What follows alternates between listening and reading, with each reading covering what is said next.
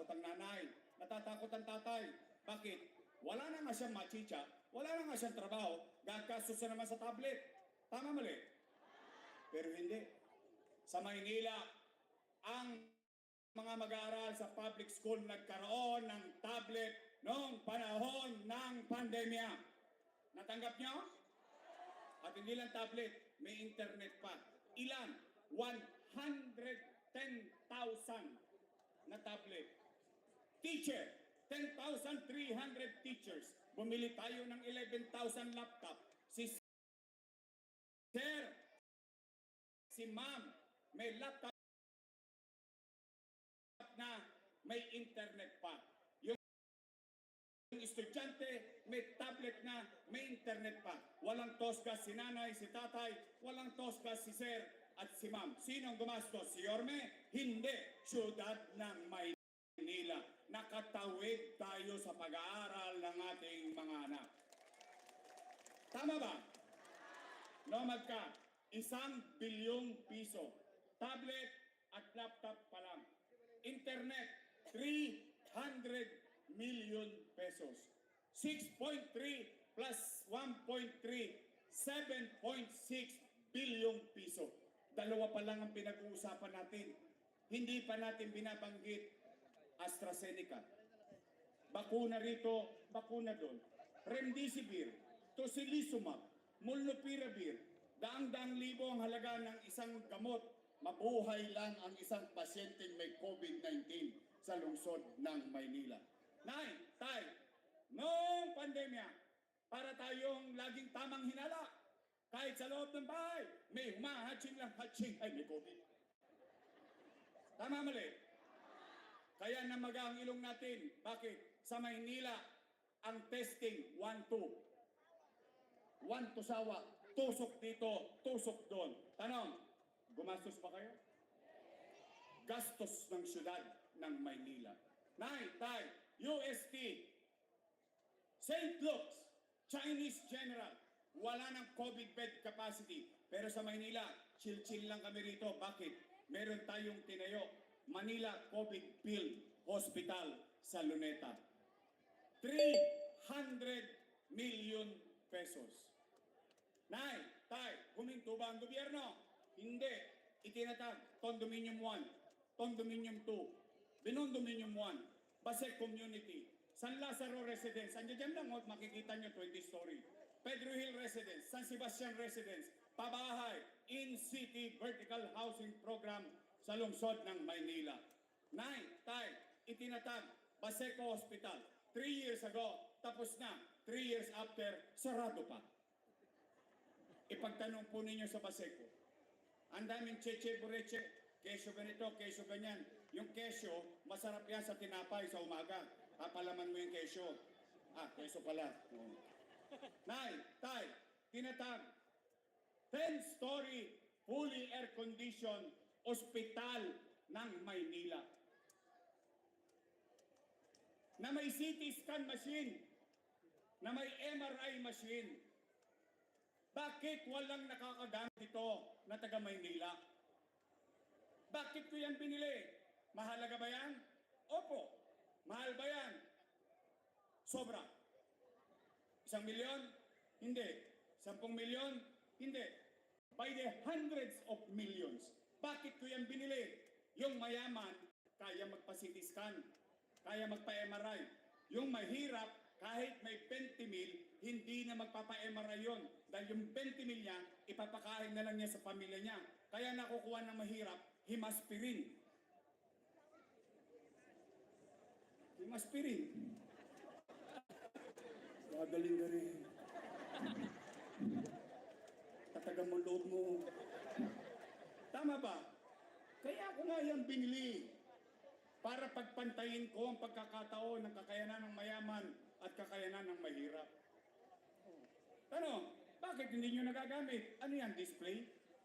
Ano yan, drawing? Nay, tay, 10-story, fully air-conditioned, Rosario Almario Elementary School. Albert Elementary School. Manila Science High School. Magsaysay High School. Nung umalis ako, 5th floor, 3 years na akong wala, 5th floor pa rin. Tanong, Yorme, isa mo kinuha yung pera na yan. Pwede nangutang ako. Bakit? Eh walang pambayad ng buwis sa tao eh. Wala nga trabaho eh. Ano? Wala nang bayad? Pipigayin ko pa parang bimpo ang tao? Hindi! Bilang isang ama, bilang isang ina, gagawin mo ang lahat, mairaos mo lang ang mga mahal mo sa buhay. Eh galit na galit. Puro utang, utang, utang. Tangin na yan. Mga bata pakinggan niyo maigi sinabi ko. Utang, ina niyan. Oo, kaya bawal nagmumura ha. O nay, tay. Ang sabi nila, mali daw yung ginawa ko. Mali daw. Sabi nila, doon sa patawag nilang bigayan ng 1,000 at 5 kilo. At balita ko kay Chihuahua, 2,000 na raw gagawin. Pag hindi pa kayo natawag, abangan nyo na. Sayang din. Laman tiyan din yan.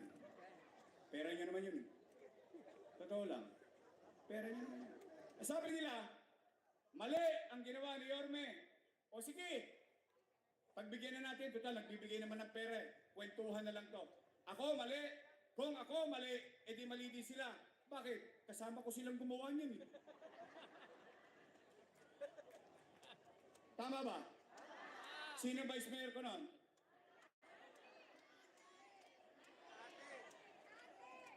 Sino majority floor leader nun? Exactly, si Chihuahua. Mali pala eh. Eh bakit nyo inaprubahan? Mali pala eh. Hindi pala maganda. Bakit nyo niratipika? Mali pala eh. Bakit ninyo ako pinayagan? Bakit nyo inaprubahan sa konseyo? Nung araw, natutuwa ang tao. Panatag na panatag ang tao. Paabot-abot pa sila ng food box. Yumanyang ka pa. Ngayon, ako mali. Noong nakaraang buwan, nag-cutting ribbon si Chihuahua at saka yung amo niya. Doon, sa Pedro Hill, sa San Sebastian Residence, ang pinakikinabangan na ng taong bayan ngayon. Yung mga kondominium, yung mga pabahay, o sila daw po ang may gawa. Pero yung pinampagawa nun, inutang ko, kasalanan ko. Wow! Tigilan yan, chemical yan, ito wala, natural o. Yes, parang mafia. Real talk lang to my man. Meron kang bars pero broke ka pa rin. Totoo lang. Ako, Nay, Tay. At least, ito ko, sa harapan ninyo. At least ako, pinaninindigan ko yung ginawa ko. Bakit? Hayaan mo ang taong bayan ang humusga kung ako'y mali. Pero at least, Nay, Tay, kita ninyo, sa lahat ng inaakusahan, ako ang umaamin. Ngayon, kung ako'y mali, hayaan ko kayong maghusga later on.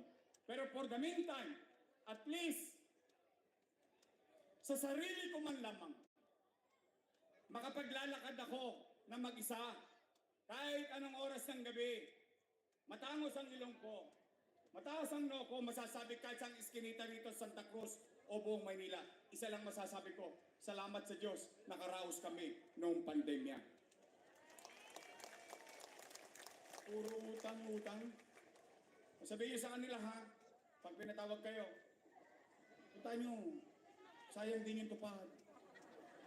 Simple-simple lang ang tupad. Kuha ka lang ng walay sabay picture. Tama ba? Pwede ba makisuya pag pinatawag nila kayo? Pag sinabing utang, utang, utang, oy! Puro daw kayo utang, sabi ni Yorme, magsialisa kayo dyan, siya na lang ang magbabayad.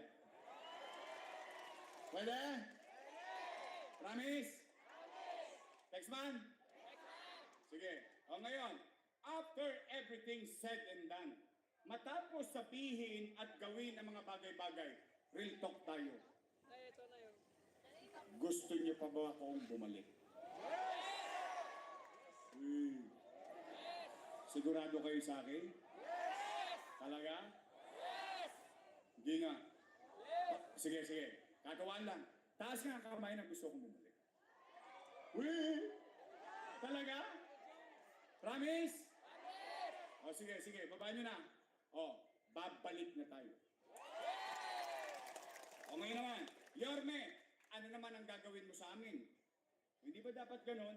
Kasi kanina, ang pinag-usapan natin, kwento na may kwenta. Pero yun ang nangyari sa nakaraan. Ano naman ang gagawin mo sa kinabukasan? Tama, mali?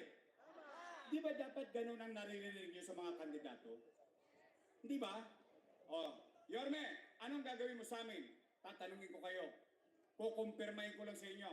Dahil nakumpirma ko na to sa iba't ibang bahagi ng Maynila. Nay, tay, mga lolo't lola ko, mga batang Maynila, napapansin nyo ba yung napapansin ko din na parang dumudugyot na naman ng Maynila ngayon? Talaga? Dumudugyot na naman? Napansin nyo, limasin ko na naman ang basura ngayon? Parang si Edith Pati, nagbalikan na naman. Limasin ko na naman. Eh paano ba naman hindi? Ang pinadala sa atin truck ng basura, truck ng buhangin. Eh paano naman yung matatanda? Magtatapon ng basura. Eh ang taas-taas. Hindi umaabot. Eh minsan ko nabutas. Maswerte kayo na maswerte kung may banyo kayo. Kami nung araw, Sharon Cuneta kami. Oh, taas sa kamay ng mga nakarelate dyan. Balutin mo ako. Mainit-init pa yun. Papasok mo doon sa cellophane. Yung pinagbilang mo ng tamban sa kagalunggong, iseselyo mo. Kapag kayari,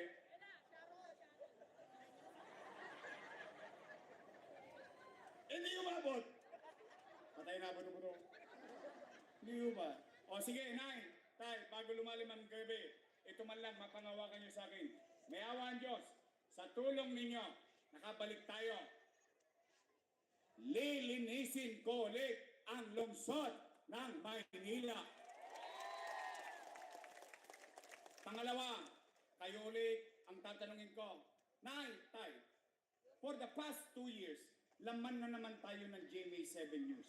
Laman naman tayo ng TV Patrol. Lagi na lang, nagbalikan ng mga tulonggis dito sa Maynila. Limasin ko na naman ang hold-upan. Limasin ko na naman ang snatching. Wala ka na naman kaparatagan. Oy, mga adik, steady lang kayo sa gate, pabalik na ako. Bago na kayo. Tigilan yan, may chemical yan. Audit sa yan. Diyos parang mafia. Real talk lang to my man. Meron kang bars pero broke ka pa rin. Hindi lang yan yung kakatrumpeta, ha? Ano yan? Rolling. Rolling. Hindi, saan kayo nakakita? Top Avenue, tanghaling tapat. Jeepney driver. Aagawin ng 4 na bata yung kinita.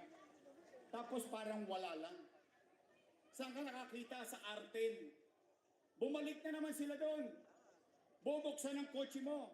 Agawan ka ng cellphone. Agawan ka ng bag. Saan ka nakakita? Truck driver. Susuntukin pa ng mga tulongges ngayon. Kukunin lang yung cellphone ng truck driver. Anong uri tayo ng gobyerno? Alam niyo ano sinabi sa akin ng nanay ko? Mga bata, hindi ko alam kung sinabi rin sa inyo ng nanay niyo. Alam mo sinabi sa akin ng nanay ko?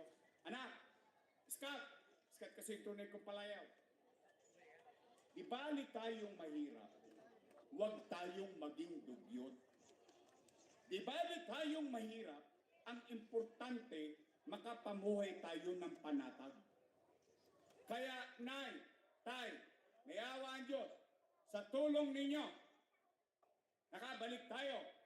Ibabalik ko sa inyo ang gobyerno sa umaga, sa tanghali, sa hapon, sa gabi, hanggang madaling araw magkakagobyerno ulit sa lungsod ng Maynila.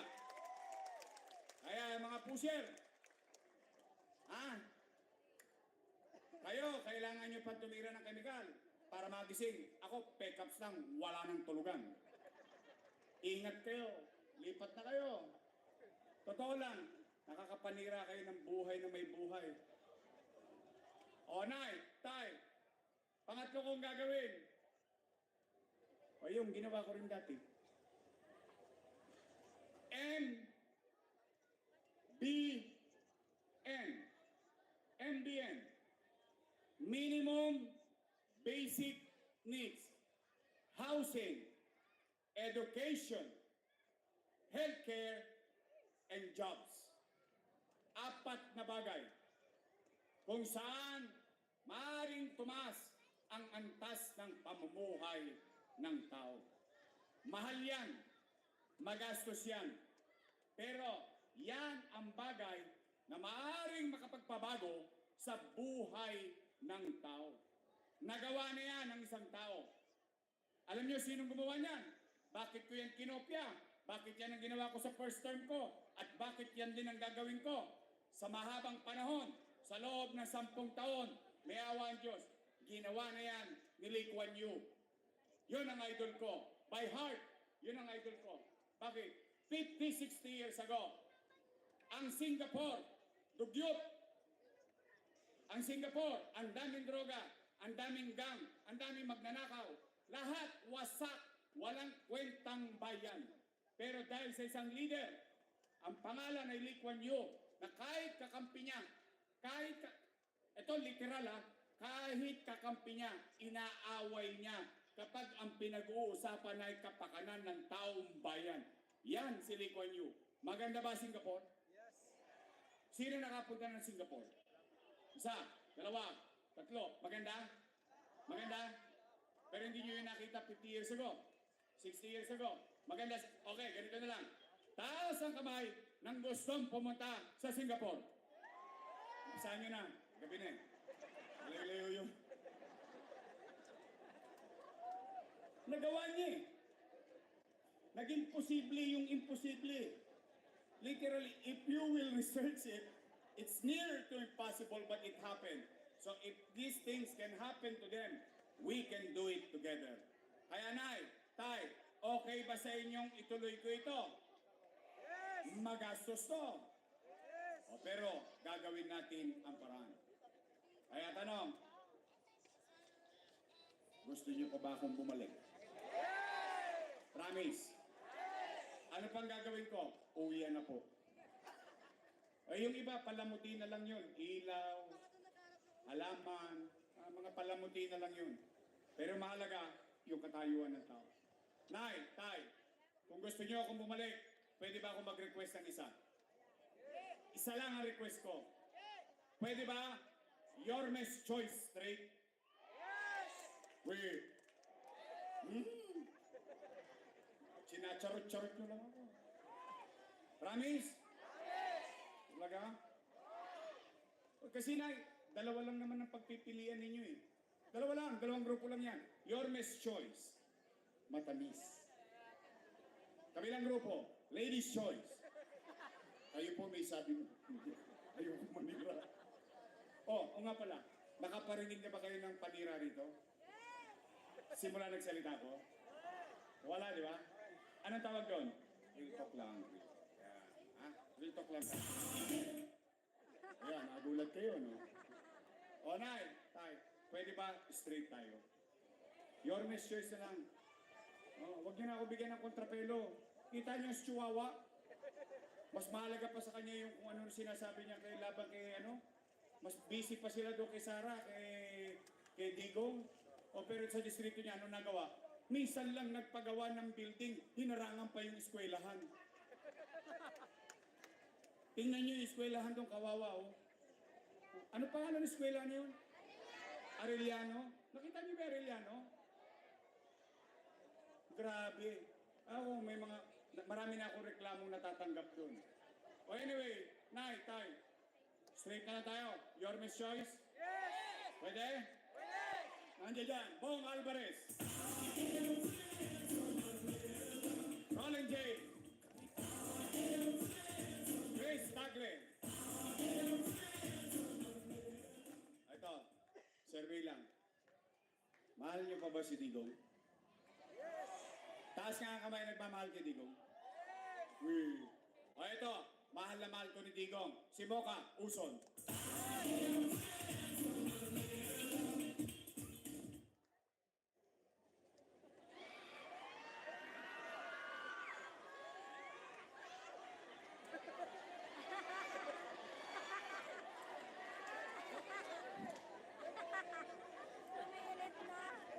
Nay, sumagot kayo ng ayos. Sino mas pogi? Si Tol, si Letlet? Ha? Sino? Olet, osla ka na. Beta ka na sa Gately. Ang ate ko si Tol, Sarkal.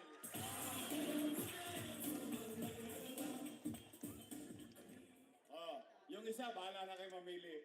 Ha? O, sa lima ko, pakisuyo ko na sa inyo yun. Ha? Please? Pwede? Pwede! Mga taga Santa Cruz, aasa ko. Yes! Talaga, sisingilin ko kayo. Yes! Titingnan ko dito kung ano resulta pagtapos ng eleksyon. Pag kayo nagtotoo, nagtotoo kayo. After election, ako naman ang singilin ninyo. Pwede? O ngayon, yung congressman nyo, ngayon, kung siya'y tumigas ang leg, okay lang. Wala naman akong problema sa buhay. Basta isa lang ang masasabi ko. I'm happy naging bahagi ako ng kanyang katagumpayan. Para singilin ko siya, hindi. Bahala na siya. Siya naman ang mananagot sa taong bayan sa Tercera Distrito. O ngayon, we move on with our life. Pwede ba makisuyo? Pagpahingay na natin suwawang, ingay eh. Pwede ba? Talagang ang aso pag maliit, maingay. Pwede? Yung gusto kong congressman,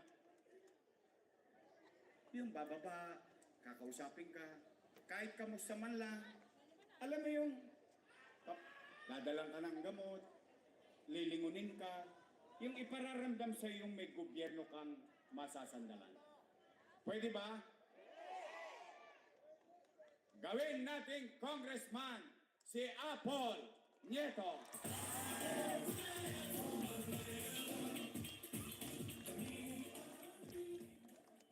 Nay, tay, itong vice mayor ko may asim pa. Mukha lang ho siyang 19. Naintindihan nyo na yun.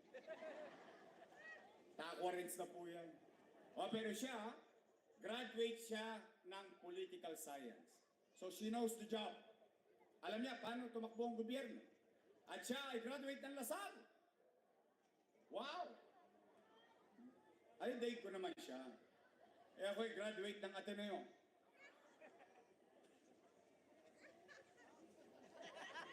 Parang ngayon yung maniwala. You want me to prove it? My English is good. But I need cash. Ateneo de Tondo! O shout out sa mga produkto ng public school dyan. Ha? Enjoy Parang Mafia.